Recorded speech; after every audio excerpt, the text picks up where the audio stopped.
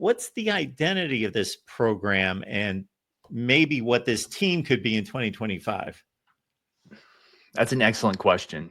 And, it goes back to, did Wisconsin do wrong by deviating from their identity, or did they do wrong by just hiring the wrong person to deviate from their identity? I do think there's a bit of a misnomer when people look at Wisconsin and say, see, I told you, you can't throw the ball at Wisconsin. Well, maybe they could have if they had gotten a better quarterback than Braden Locke.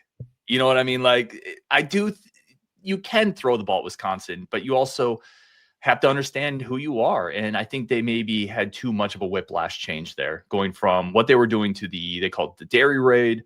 What is the identity this year? They did bring in Coach Jeff Grimes, who was previously at Kansas, Baylor. He wants to run the ball more. He wants to go back to a little bit of what Wisconsin did, but with a mobile quarterback. And honestly, maybe that is the middle ground that they should have gone for from the start, right? Let's run the ball. Let's be power football, but let's have some mobility and maybe an X factor at the quarterback spot. So I think they're maybe now 2 years into it, settling into what they should have been attempting from the start. But let's be honest, when I don't know if you remember when Phil Longo was hired as the offensive coordinator, coming off what he did at North Carolina, coming off the work he did with Drake May and Howell, a lot of people loved that move. It was celebrated. It was Wisconsin's going to get better quarterback play and pair it up with those running backs. And it just didn't work. So I think Badger fans are excited to see what Jeff Grimes does. It's going to be a little more return to what Wisconsin has been the last couple of years, but they do have to prove it. They do have to show it.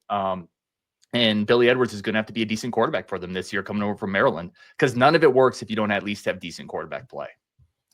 Do you think there's any way that Danny O'Neil coming in from San Diego State has a possibility of challenging? Not this year. The coaches were very clear that Billy's the guy, Danny's the two. I will say this, having a really solid backup quarterback, and I think Danny O'Neil can be that. He's pretty dynamic athletically, not the biggest guy, not the strongest arm. Having a good backup's a big deal in college football. A lot of teams don't go the year without losing their starting quarterback. Wisconsin has lost their starter the last 2 years. So having a solid backup is important, but no, Danny's here for to give you a veteran a little bit of experience in the number 2 spot, and then to compete next year for the starting spot with 4-star freshman Carter Smith. Ryan Herring stopping by. You can catch him on Locked On Badgers. Delivers a podcast every day for you to enjoy on Wisconsin football and athletics across the board. Ryan, the Wisconsin fan base is legendary, and I got to think that most of the time, even when it's maybe not considered a season that's going to cycle up, that they still were used to, okay, we always have a shot, but based on what's happened the last 2 years and then flowing into another year with a difficult schedule and a lot of uncertainty, that what's the level of excitement that you gauge on the barometer of Wisconsin football fans compared to what you're used to at this point of the year? Yeah, really good question. I mean, there is an element in spring, and I'm also a baseball guy. Hope springs eternal. Every year, it's kind of like, yeah, everybody's in the best shape ever. I mean, every start of every football season, you're excited. You're excited about the young pieces, but you mentioned the schedule. Wisconsin has to go to Bama this year. They go to Oregon. They have Ohio State. They have to play. They go to Michigan, right? Those are 3 incredibly tough roadies. Plus, they get Iowa, Minnesota, Illinois, and Indiana.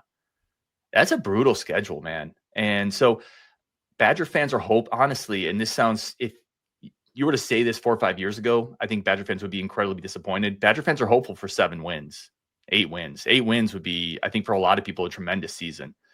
But it's still football. It's still a chance to go to Camp Randall. It's still a chance to eat brats and drink beer with your guys and your gals. So people are excited, but it is a nervous excitement. And I think people are apprehensive about where this program could be headed in the bigger picture.